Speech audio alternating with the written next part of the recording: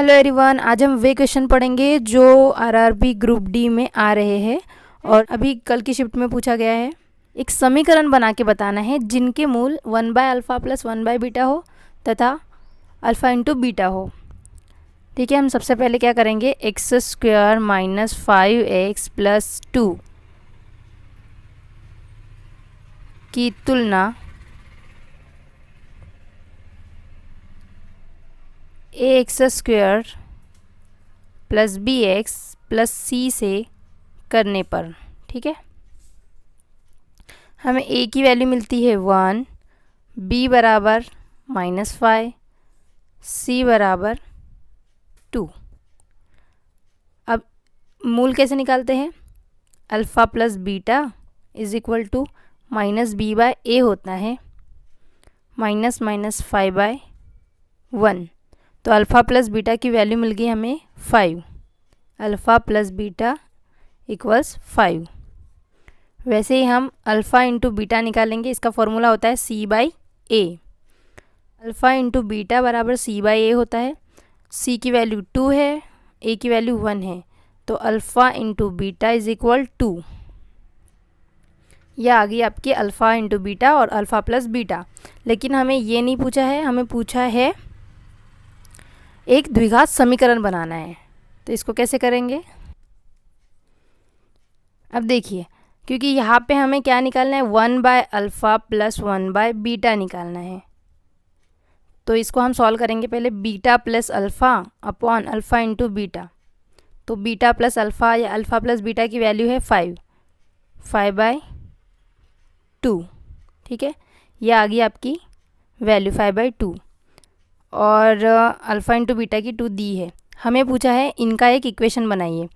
तो देखिए, कभी भी क्वाड्रेटिक इक्वेशन कैसा बनता है, x square minus alpha plus beta into x plus alpha into beta. यहाँ तक कि हर किसी को ये क्वेश्चन आ जाता है, लेकिन एग्जामिनर ने इसी को घुमाने के लिए आपको इक्वेशन पूछी है। तो ये इक्वेशन आपको याद रखनी है, इसमें आपको वैल्यू पुटअप करनी है, फिर आपका आंसर आ जाएगा। X square minus alpha plus beta की वैल्यू हमारे पास है यहाँ पे इस वाले इक्वेशन में, तो 5/2। क्योंकि हमें कौन से मूल पूछे थे, कौन सा इक्वेशन पूछा था जिसका मूल 1/अल्फ़ा और 1/बीटा हो, तो हमें उसी की वैल्यू रखनी पड़ेगी। Into x plus alpha into beta की वैल्यू 2। अब पूरे इक्वेशन में 2 से मल्टीप्लाई कर देंगे, ये होगा आपका आंसर। इस क्वेश्चन को ध्यान से पढ़िए। 60 किलोमीटर पर आवर की चाल से चल रही एक कार 2 घंटे बाद अपनी चाल को 15 किलोमीटर पर आवर से बढ़ा देती है। तो 360 किलोमीटर की दूरी तय करने के लिए कुल समय कितना लगेगा। तो 2 घंटे बाद बढ़ा रही है ना, तो 2 घंटे वो कितना चली होगी, 60 किलोमीटर की स्पीड से 2 घंटे में वो चली होंगी 120 किलोमीटर चल चुकी है।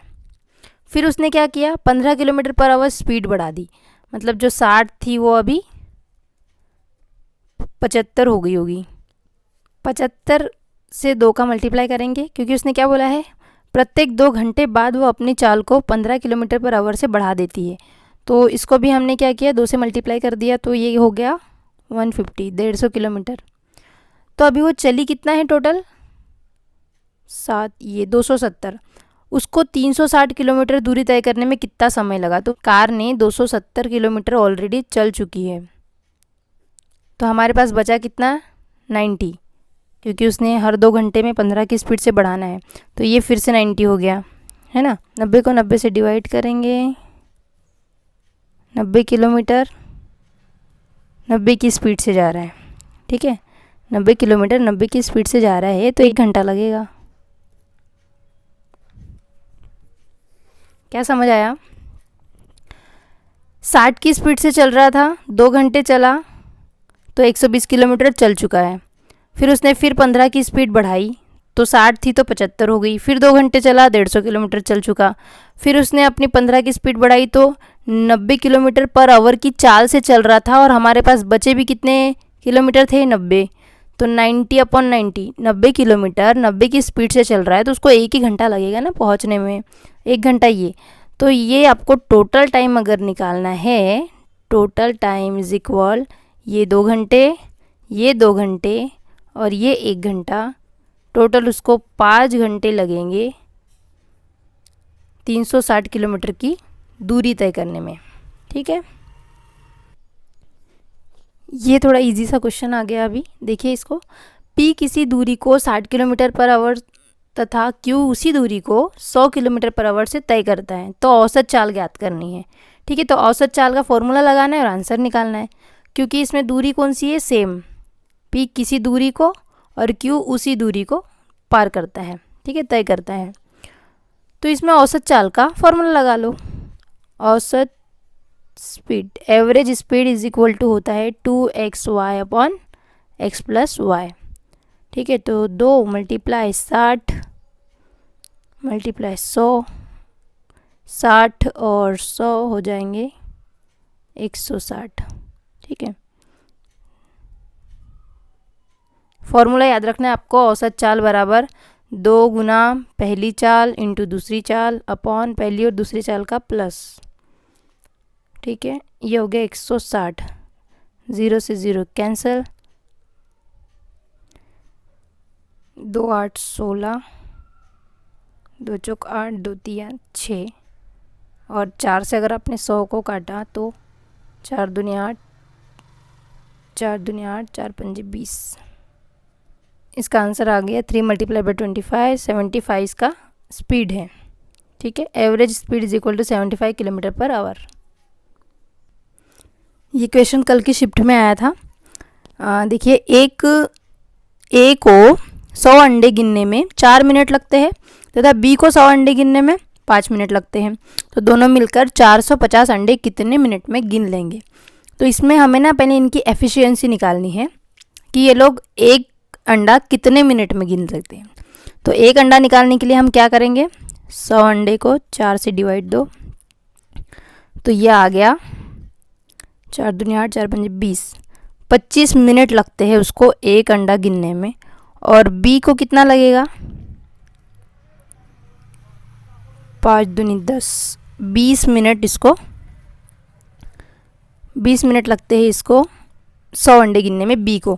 तो ए प्लस बी दोनों मिलके कितने मिनट में गिनेंगे, तो ये 5 हो गए, ये 45, तो 45 से डिवाइड करो 150 अंडे, मतलब ये दोनों मिलके 10 मिनट में 450 अंडे गिन लेंगे, है ना इजी। ये और एक इजी सा क्वेश्चन पूछा है, इसमें आपको साधारण ब्याज ज्ञात करना है। मूलधन 1280 दिया है, वर्ष 3 है, तो साधारण ब्याज का फॉर्मूला होता है मूलधन गुना दर गुना समय, ठीक है, बटे 100। तो सिंपली इसको सॉल्व कर देना है, आपका साधारण ब्याज आ जाएगा। ठीक है, 0 से 0 कैंसिल, या 5 से डिवाइड कर दो, 5 2 ज़ा 10, 2 से डिवाइड करो, 2 6 ज़ा 12, 2 4 ज़ा 8, ये हो गया 64। तो 64 × 3, ये हो गया आपका ब्याज, साधारण ब्याज। तो कुछ क्वेश्चन इजी भी आ रहे हैं और कुछ ट्रिग्नोमेट्री के क्वेश्चंस है जिसको हम नॉर्मली छोड़ के आ जाते हैं, तो यही क्वेश्चन है जो हमें मार्क्स दिला सकते हैं। सिंपल क्वेश्चन तो सब लोग सॉल्व करते हैं। तो देखिए इसको कैसे करना था, हम इसका हर परिमेयकरण करेंगे। ठीक है, 1 + cos theta upon 1 - cos theta. तो हर परिमेयकरण में क्या होता है, नीचे वाला लेना है और उसका चिन्ह चेंज करके 1 + cos theta upon 1 + cos theta, ऊपर नीचे गुना कर देना है चिन्ह चेंज करके। ठीक है, अब देखिए इसमें क्या हो जाता है, ऊपर वाला जो है एक जैसा है तो उसका हो जाएगा स्क्वायर, 1 + cos थीटा स्क्वायर। ठीक है, और नीचे वाले में फॉर्मूला लग जाएगा a² - b² is equal to, एक कोष्टक में a + b, दूसरे कोष्टक में a - b। तो ये दिया है, हम क्या लिखेंगे इसकी जगह, a² - b²। 1 square minus cos square theta. ठीक, नेक्स्ट है, आगे सॉल्व करेंगे इसको। 1 प्लस कॉस स्क्वायर थीटा जैसा का वैसा लिखेंगे, 1 प्लस कॉस थीटा उसका स्क्वायर, पर नीचे जो है, नीचे क्या आ जाएगा, 1 प्लस कॉस स्क्वायर थीटा बराबर होता है साइन स्क्वायर थीटा। ये पढ़े हैं हम लोग। अब देखिए दोनों का स्क्वायर है ना, नीचे ऊपर भी पूरे कोष्टक का स्क्वायर है और नीचे भी स्क्वायर है, तो इनका होल स्क्वायर होके ये स्क्वायर रूट से स्क्वायर रूट कैंसिल हो जाएगा। तो अब हम स्क्वायर रूट से बाहर आ जाएंगे। 1 plus cos theta upon sine theta, square हट गया है इसका, 1 plus cos theta upon sine theta. ठीक है, तो अभी हम क्या करेंगे, 1 के अपॉन में साइन थीटा ले लेंगे और कॉस के अपॉन में भी साइन थीटा ले लेंगे। तो ये रहा आपका आंसर। 1 बाय साइन थीटा होता है cosec theta, plus cos by sine होता है cot theta, sine by cos tan theta होता है, cos by sine cot theta होता है। तो ये आपके ऑप्शन में भी था। त्रिभुज दिया है जिसकी तीनों भुजाएं अलग अलग है, ठीक है, और इसका क्षेत्रफल ज्ञात करना है। तो जिसकी भी भुजाएं अलग अलग होती है उसमें आपको हेरो का सूत्र ही लगाना पड़ता है। ठीक है, तो हेरो का सूत्र का फॉर्मूला होता है रूट में S minus A, S minus B, S minus C. अब ये यस क्या होता है, तो यस होता है अर्ध परिमाप, मतलब इन तीनों का योग और उसको 2 से भाग देना है। तो एस का फॉर्मूला भी लिख लेते हैं, ए प्लस बी प्लस सी अपॉन 2, तो 12 प्लस 14 प्लस 16 बटे 2, ये हो जाएगा 42/2 21। एस की वैल्यू आ गई 21। तो बस इसमें वैल्यू पुटअप करेंगे और आंसर आ जाएगा 21। अब देखिए 21 माइनस 12 9 7, हाँ यहाँ 7 यहाँ 5।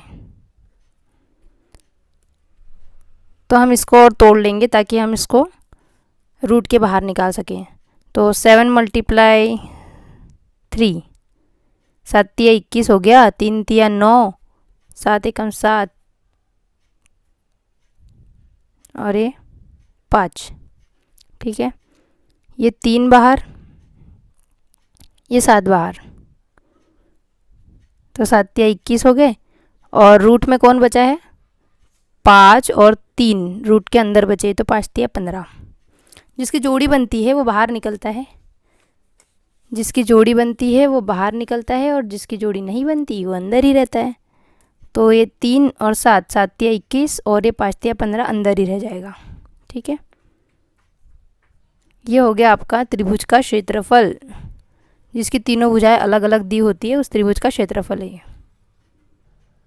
तो ये वे क्वेश्चन थे जो शिफ्ट में पूछे जा रहे हैं अभी रेलवे ग्रुप डी एग्ज़ाम में। ऐसे क्वेश्चंस देखने के लिए चैनल को लाइक, सब्सक्राइब एंड शेयर करिए। वीडियो देखने के लिए बहुत बहुत धन्यवाद।